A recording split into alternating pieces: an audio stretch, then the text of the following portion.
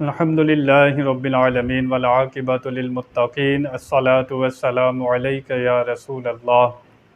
अल्लाह ताला सूरतुल अनआम में इरशाद फरमाता है, कुल इन्नी अला बय्यिनतिन मिर रब्बी व कज़्ज़बतुम बिही मा इंदी मा तस्तअजिलून बिही इनिल हुक्मु इल्ला लिल्लाह यक़ुस्सुल हक़्क़ व हुवा खैरुल फ़ासिलीन। कुल लौ अन्ना इंदी मा तस्तअजिलून बिही लक़ुदियल अम्रु बैनी व बैनकुम वल्लाहु अअलमु बिज़्ज़ालिमीन। तुम फरमाओ मैं तुम्हें तुम अब तो अपने रब की तरफ से रोशन दलील पर हूँ और तुम उसे झुटलाते हो मेरे पास नहीं, जिसकी तुम जल्दी मचा रहे हो। हुक्म नहीं मगर अल्लाह का, वो हक़ फरमाता है, वो सबसे बेहतर फ़ैसला करने वाला है। तुम फरमाओ अगर मेरे पास होती वो चीज़ जिसकी तुम जल्दी कर रहे हो तो मुझ में तुम में काम ख़त्म हो चुका होता। तो अल्लाह खूब जानता है सितमगारों को। ये कुफ़ार एतराज़ करने वाले ये कहते थे कि जिस अज़ाब से हमें डरा रहे हो, कल क़यामत में ऐसा होगा, अज़ाब ऐसा होगा, तो वो अज़ाब लेकर क्यों नहीं आते, क्यों देर कर रहे हैं? अगर अज़ाब आप ला सकते हैं तो जल्दी से ले आएँ। अल्लाह फरमाता है, ए हबीब आप इनसे फरमा दीजिए, वो अज़ाब जिसकी तुम जल्दी कर रहे हो वो अल्लाह के हुक्म से आता है, उसका एक वक्त मुकर्रर है।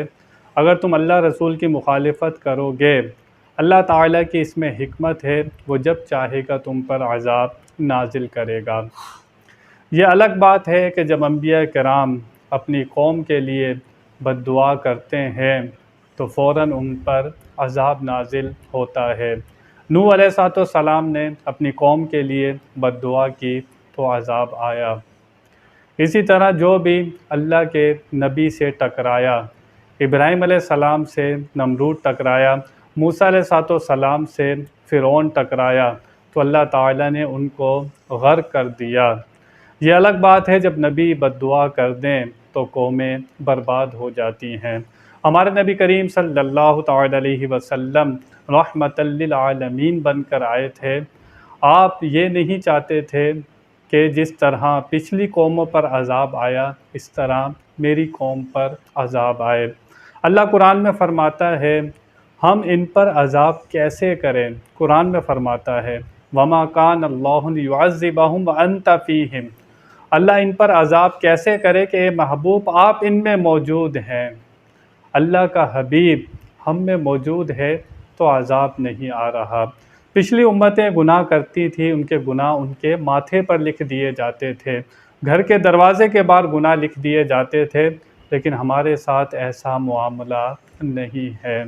हमारी नबी करीम सल्लल्लाहु अलैहि वसल्लम की बरकत से दुनिया में भी पर्दा पोशी हो रही है और आप इंशाअल्लाह आखिरत में भी हमारे ऐबों को खुलने नहीं देंगे।